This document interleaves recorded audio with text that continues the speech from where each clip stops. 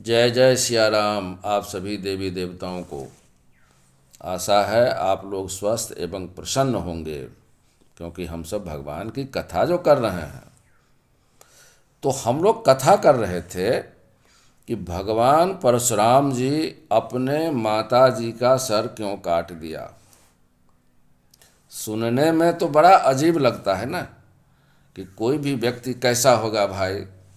और ये जो घटिया लोग जो हैं समाज में, ये इसी तरह की बात को पैदा करते हैं और भ्रम पैदा करते हैं।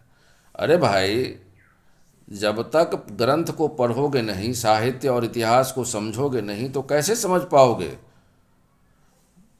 उनके जो पुत्र पिता थे जमदग्नि ऋषि, वो बहुत बड़े ज्ञानी थे, बहुत बड़े महान संत थे ऋषि जमदग्नि। और वो जानते थे कि ये भगवान के अंश हैं, भगवान के अवतार हैं। कौन? परशुराम जी। अब परशुराम जी को तो पता ही है कि उनके पिता में क्या सामर्थ्य है। तो यह एक परीक्षा है, एक संस्कार है लोगों के लिए, कि आप अपने माता और पिता को कितना प्रेम करते हैं, उनके प्रति कितनी श्रद्धा रखते हैं और उनको कितना जानते हैं। माता पिता, कोई अपनी माँ को ऐसे थोड़े काट देगा।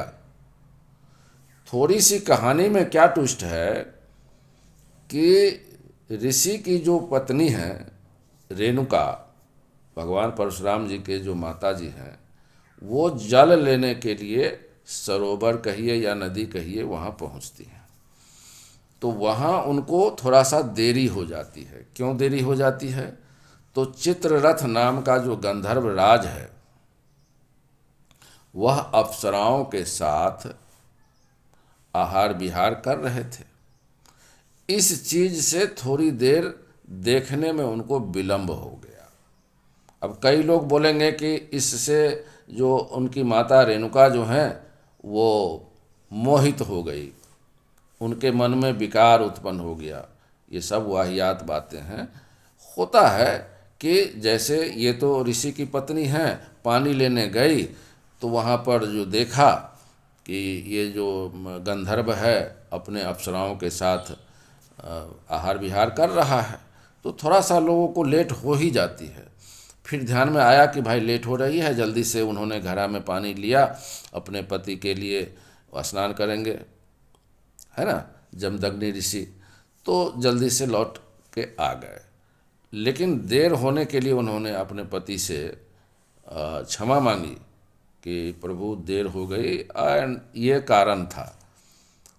तो ये जो ऋषि हैं जमदग्नि, ये तो अपने योग विद्या से सब कुछ समझते थे, जानते थे। और इन्होंने क्या किया, एक तरह से परीक्षा ले ली अपने पुत्रों की। इन्होंने सारे पुत्रों को बुलाकर कहा, एक एक करके, जमदग्नि ऋषि, कि अपने माता का गला काट दो। 4 भाई इनके बड़े थे, नहीं काटे।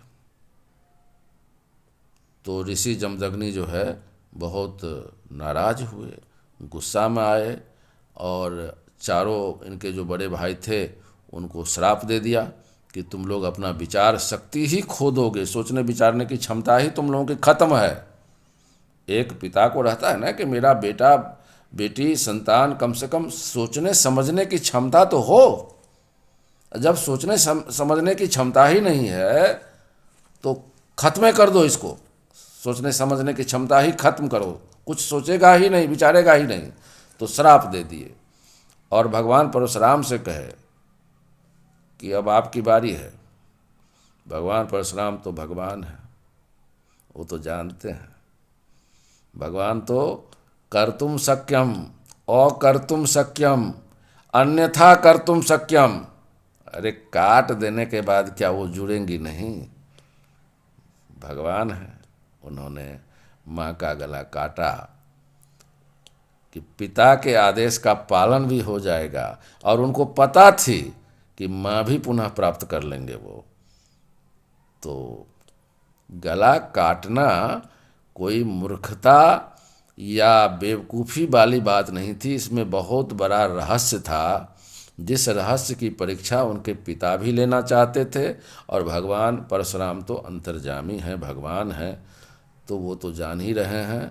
और कथा के माध्यम से हम लोगों को एक सीख ये मिलती है कि हम लोगों को अपने माता पिता का आदर तो करना ही चाहिए, और हम लोगों को इस लायक भी बनना चाहिए कि हमारे माता पिता हम में भगवत्व को देख पाए कि तुम कुछ भी कर सकते हो, अगर तुम नष्ट कर सकते हो तो निर्माण भी कर सकते हो। माँ की हत्या करने का मतलब हुआ कि आप पुनः माँ को जीवित कर सकते हैं, और यही हुआ। उनके पिता इतने प्रसन्न हुए कि तुरंत बोल दिया कि मांगो, जो चाहिए मांगो। तो ऋषि को इन्होंने अपने पिता को कहा, भगवान परशुराम, कि माता को फिर से आप जीवित कर दीजिए, और इनको याद भी ना रहे कि इनका गला मैंने काटा है, क्योंकि मैंने समाज के लिए तो बहुत कुकृत्य किया है, दिखने में ऐसा लगता है, तो समाज में एक निगेटिव थॉट न चला जाए। और हम आपके पितृ ऑर्डर को भी, पिता के आदेश को भी नहीं टाल सकते थे, लेकिन माता के प्रति मेरा प्रेम अगाध है, तो आप झटपट माता को पुनर्जीवित करिए, और उनके अंदर यह विस्मृति पैदा कर दीजिए कि ऐसी कोई घटना घटी भी थी। और ऐसा ही ऋषिवर ने कर दिया। और उनके जो भाई, 4 बड़े भाई जो थे, जिनके सोचने समझने की क्षमता नष्ट हो चुकी थी, उनको भी अब अच्छी सोच, क्योंकि इस घटना से उन लोगों के मन में जो विकार था कि माँ को हम मार देंगे तो क्या होगा, क्योंकि पिता के बारे में उनको ज्ञान ही नहीं था कि हमारे पिता क्या कर सकते हैं, ये तो टेस्ट ले रहे हैं, तो पिता को तो जानो, उनके ज्ञान को तो जानो। तो ये सब भी अनुभूति उन चारों को हो गई कि हम लोगों से भूल ही। तो भगवान परशुराम के बारे में सही सही चीज़ को जानिएगा तो आपको बहुत मज़ा आएगा। छठे भगवान विष्णु के अवतार हैं, आवेशावतार हैं। थोड़ा थोड़ा जो है सो दिखा देते हैं अपनी ताकत, अच्छे अच्छे की औकात बता देते हैं। सहस्रार्जुन को बड़ा घमंड था, और अकेले सहस्रार्जुन को सहस्रबाहु नाम पड़ा था, बाद में कार्तवीर्य उसका नाम था। तो उसका और परशुराम जी का जो अगला जो एपिसोड होगा उसमें हम आपको बताएंगे, बहुत आनंद आएगा आपको। ये आपका इतिहास है। फेसबुक पर फॉलो करिए, यूट्यूब पर सब्सक्राइब करिए। जय जय सिया राम।